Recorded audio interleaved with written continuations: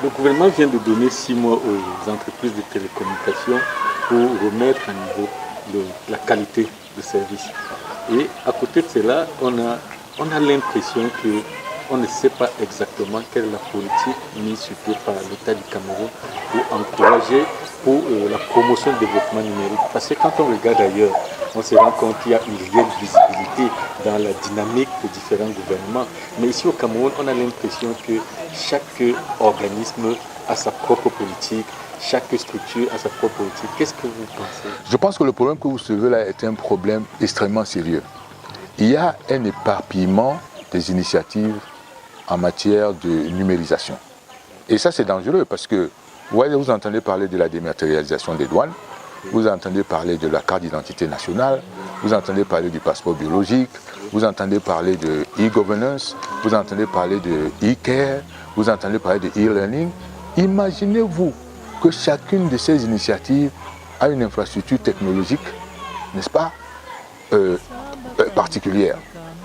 Donc, du coup, c'est une approche parcellaire et dispersée.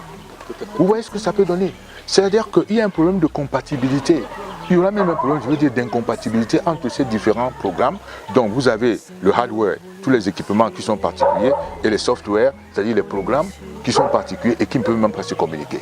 C'est la même chose que vous avez avec la télévision digitale. Donc, lorsque vous avez tout ça là, éparpillé de cette façon, ça ne fonctionne pas. Ce qui aurait dû se faire, comme par exemple dans des pays où ça s'est accéléré, on va prendre le cas du Rwanda, pour citer celui-là, vous avez ce qu'on appelle un common boss. C'est-à-dire que c'est un schéma directeur commun, n'est-ce pas, qui devient la base de tout, la base de données, c'est-à-dire des espèces de database. C'est à partir de là, donc ça devient le tronc commun comme un arbre. Et les branches qui sont dérivées de l'arbre deviennent comme autant d'initiatives, n'est-ce pas, numériques. Et vous avez un minimum de compatibilité que vous assurez de cette façon-là, n'est-ce pas? Parce que si cela n'existe pas, vous imaginez que vous pouvez arriver à un individu comme vous, Albin Michel, vous avez 3 identifiants. Plus chaque programme va vous donner un identifiant. Et le jour où, par exemple, n'est-ce pas, il y a une enquête criminelle, je ne dis pas que ce sera sur vous, mais une enquête criminelle sur un individu, mais l'individu aura 3 ou 4 identifiants. Et ça va compliquer l'enquête. Normalement, le programme, le truc de base, c'est l'identité nationale. Et vous allez comprendre que dans les autres pays, dès qu'un enfant naît, n'est-ce pas, il y a un algorithme qui permet, à partir du jour de sa naissance, à partir de là où il est né, n'est-ce pas, de lui attribuer un numéro. Et c'est ce numéro qu'on appelle dans certains pays numéro de sécurité sociale. Il vous suit de la naissance jusqu'à la mort. Vous voyez? Et c'est ce programme qui va se balader un peu partout, là où, si c'est le passeport, si c'est la carte d'identité nationale, si c'est à l'hôpital, si c'est dans les douanes, et ainsi de suite. De la même manière, les entreprises, on leur donnerait une identité nationale dès le départ. Donc, il y a ce problème d'avoir un tronc commun. Mais ce qui est la difficulté au Cameroun, je crois que c'est un problème tellement important qu'il doit se situer à un niveau institutionnel, un positionnement institutionnel élevé, pour qu'à partir de là, il y ait une coordination plus forte. Parce que les tendances qu'il y a chez nous, à ce que chaque ministère, chaque agence fasse, n'est-ce pas, en vase clos, de manière cloisonnée, ce cloisonnement-là ne facilite pas l'émergence, n'est-ce pas, d'un schéma directeur un peu comme au Rwanda. Et je sais que la mine Postel, je crois, a eu une tentative de faire cette espèce de schéma directeur, mais s'il n'est pas soutenu au plus haut niveau, parce que vous voyez bien que c'est Kagame, le président Kagame, qui est, n'est-ce pas, le moteur de cette numérisation.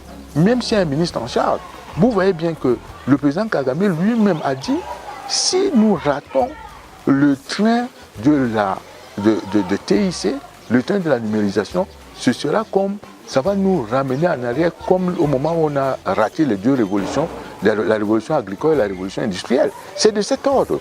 Si vous ratez aujourd'hui le train du numérique, vous allez reculer à des années-lumière par rapport aux autres pays. C'est ça l'importance, n'est-ce pas, et la gravité du problème que vous soulevez là. Et je crois que, je parle à la jeunesse, nous n'avons pas le droit de le laisser de cette manière. Il y va de notre responsabilité, n'est-ce pas, il y va de notre responsabilité d'insister pour que le Cameroun ne rate pas le train de la numérisation. Et nous devons faire pression pour cela. Parce qu'il y va de la vie de ces jeunes gens. Nous devons faire pression chacun là où il peut. Et nous devons constituer des groupes de pression et des groupes d'intérêt pour que le Cameroun, n'est-ce pas, embarque dans le train de la numérisation. Si le train de la numérisation est raté au Cameroun, parce qu'aujourd'hui, tous les autres pays, nous ne serons pas, c'est un problème de connectivité. Nous ne serons pas connectés au monde. Parce que le monde sera en train de fonctionner Internet of Things. C'est-à-dire tout se passera par Internet, Internet of Agriculture, Internet of Industries, Internet of Medicine. Tout se passera au niveau de l'internetisation des choses. Et vous ne serez pas internetisé. Ça veut dire que vous serez un peu comme si les gens étaient à un palier de l'évolution, n'est-ce pas? Et vous êtes encore au néolithique. Vous voyez le fossé qui creuse. Et donc, notre pays sera carrément déconnecté. C'est pour ça qu'au lieu que les gens passent le temps à danser, moi je suis étonné. On fait du folklore, on fait des villageoiseries, n'est-ce pas? Alors qu'il y a des problèmes sérieux, qui concernent la jeunesse. On est en train de renvoyer les gens repris villageois, villagisation du Cameroun, alors qu'il y a des problèmes sérieux qui se posent, des problèmes qui devaient nous unir. Pendant ce temps, on dit qu'il faut rentrer au village. Mais attendez, on veut se moderniser ou on veut retourner dans le passé? Je vous pose la question, Albert Michel. Voulez-vous vous moderniser ou voulez rentrer dans le village des ancêtres? Ou voulez vivre comme les ancêtres? Mais ce n'est pas possible. Mais il y a des choses qui sont de l'ordre du folklore. Ok, on peut s'amuser avec ça de temps en temps, on porte les peaux de panthères et ainsi de suite, mais ça c'est du folklore pour les fêtes. Mais si on veut vraiment faire partie du monde, participer à l'aventure humaine de la création de richesses, ce n'est pas avec ça. C'est vraiment en embarquant dans le train de la modernisation. Mais vous voyez tout ce qu'on peut faire aujourd'hui avec la numérisation. Avec la numérisation. Au niveau de l'industrie, au niveau des soins de santé, pratiquement dans tous les domaines, dans tous les secteurs, y compris dans ce secteur qui concerne l'environnement, le changement climatique pour surveiller le climat, et ainsi de suite. Tout est numérisé aujourd'hui. Mais être dans la situation du Cameroun comme si on n'avait pas pris, n'est-ce pas, la mesure, comme si on n'avait pas le sens de l'urgence par rapport à ce problème-là. Mais ça veut dire que nous ne sommes pas conscients. Mais je parle de la direction du Cameroun. Je parle des dirigeants du Cameroun. Vous comprenez ce que je veux dire? Parce que c'est à ce niveau qu'il faut d'abord prendre conscience de l'urgence de la situation. Au lieu d'aller seulement porter les peaux de panthère pour aller célébrer je ne sais quoi. Nous voulons retourner dans les villages où nous voulons avancer. La fameuse séparation entre les campagnes et les villes. Et vous verrez qu'il y aura une plus grande sédentarisation des populations dans les campagnes. Une réduction des migrations internes. Les gens n'auront plus besoin de partir des campagnes pour venir vers la ville. Ils pourront même estimer qu'ils vivent mieux en campagne, ils ont un air pur et tout ce que vous pouvez imaginer. Et ils pourront faire un certain nombre d'activités. Moi, en tant que consultant de toutes ces organisations internationales, que ce soit Banque mondiale, ONU, Dubaï et tout, mais quand j'envoyais, je faisais mes rapports. Une fois que je suis rentré au Cameroun, j'ai fait mes rapports. Est-ce qu'ils savent si j'ai fait ce rapport sous un arbre? Il suffit que j'ai le courant. Ils ne savent pas si j'ai fait le rapport sous un arbre ou si j'ai fait au bord de l'eau. C'est ça le monde d'aujourd'hui. Alors voulons-nous nous arrimer au monde d'aujourd'hui ou nous voulons rester simplement enfoncés dans le passé? Dans la nuit du passé en réalité. C'est le problème. Est-ce que nos dirigeants comprennent ce langage? Est-ce qu'ils comprennent le langage? Est-ce qu'ils comprennent le langage du changement? Le problème aujourd'hui est que vous compreniez, n'est-ce pas, qu'il y va de votre destin. Et que les gens se mettent ensemble avec ceux des dirigeants qui le comprennent. Le problème réel aujourd'hui, ce n'est plus seulement de dire est-ce que les dirigeants. Le problème réel aujourd'hui, c'est que la jeunesse prenne conscience qu'il y va de sa vie, de son sort, et qu'ils se mettent ensemble. Mais Albert Michel, c'est votre vie. Et si vous ne prenez pas conscience, je vous ai dit tout à l'heure que si quelqu'un m'étouffe, je me bats pour ne pas être étouffé. Si vous voulez qu'on étouffe votre vie, vous vous laissez étouffer, mais ce sera votre problème. Vous comprenez un peu ce que je veux dire? Mais si vous avez un conducteur de locomotive qui va vous enfoncer dans le trou, vous faites quoi? Mais vous défendez. Vous dites au monsieur, machin, ça ne peut pas continuer comme ça. Vous allez nous envoyer dans la fossée. Quelqu'un avait dit, celui qui a le plateau d'eau sur la tête ne cherche pas les problèmes.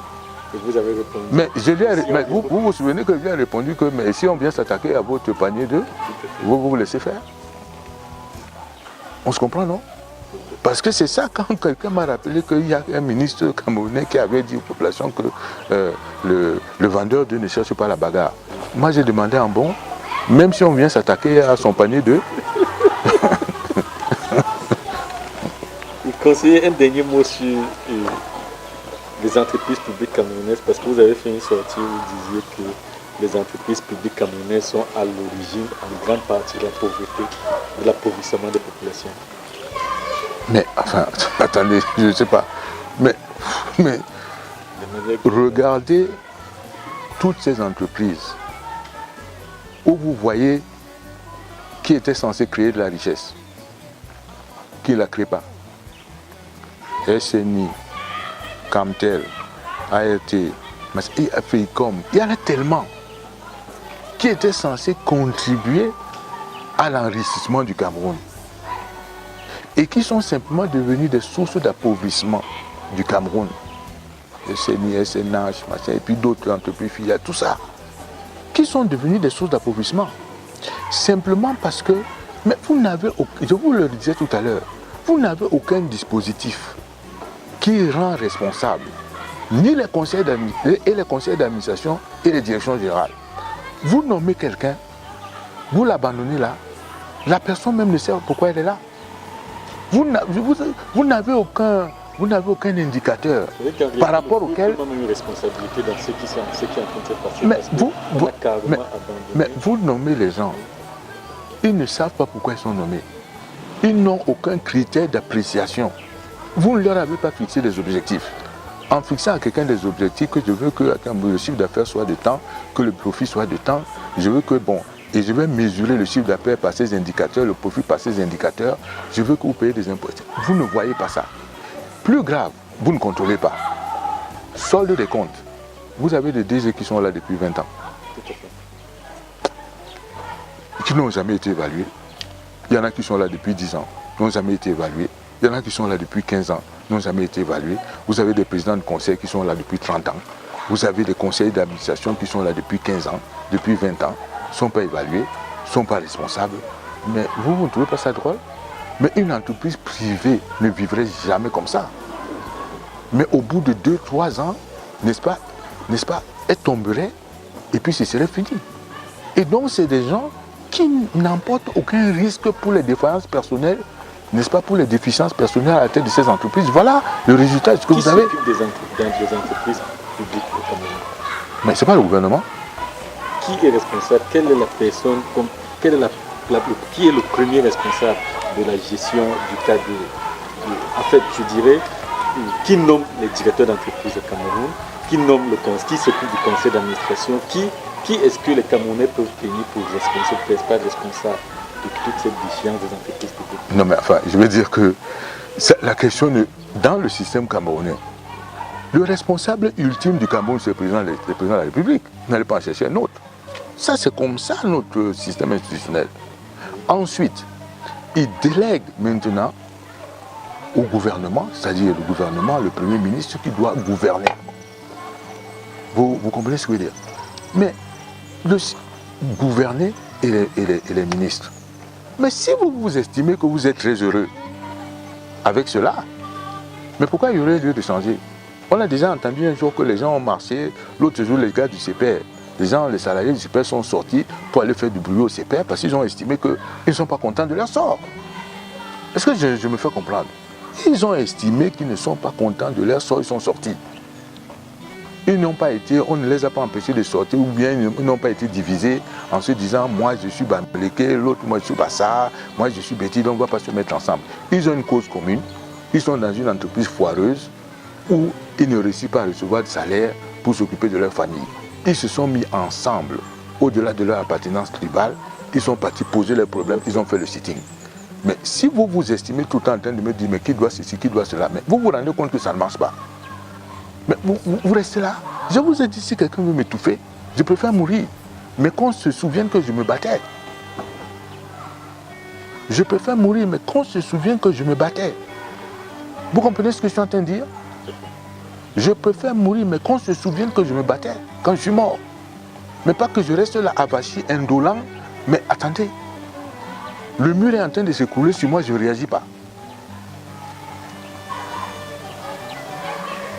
Je ne souhaiterais pas que ce soit votre mot de fin parce que je voulais que j'attendais de vous un mot pour la jeunesse.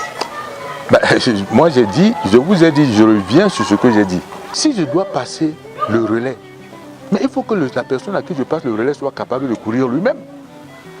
C'est pour ça que j'invite donc cette jeunesse à se prendre en charge, à comprendre que quand on lui passe ce relais, c'est pour qu'elle continue de courir. Il faut donc qu'elle soit entraînée en position de participer à la course pour qu'on lui passe le relais. Et c'est pour ça que je disais qu'il faut faire, c'est leur vie, il ne faut pas qu'elle se laisse étouffer. Je répète, il ne faut pas qu'elle se laisse étouffer. Il vaut mieux mourir sur un champ de bataille et qu'on se souvienne que vous êtes mort sur un champ de bataille que d'être là comme des lâches, n'est-ce pas, des impotents, et vous, on passe simplement le temps à nous plaindre. On passera seulement le temps à nous plaindre. On n'agira pas. Et si agir vous dit quelque chose, il faut donc qu'on agisse. C'est votre mot de fin. Voilà.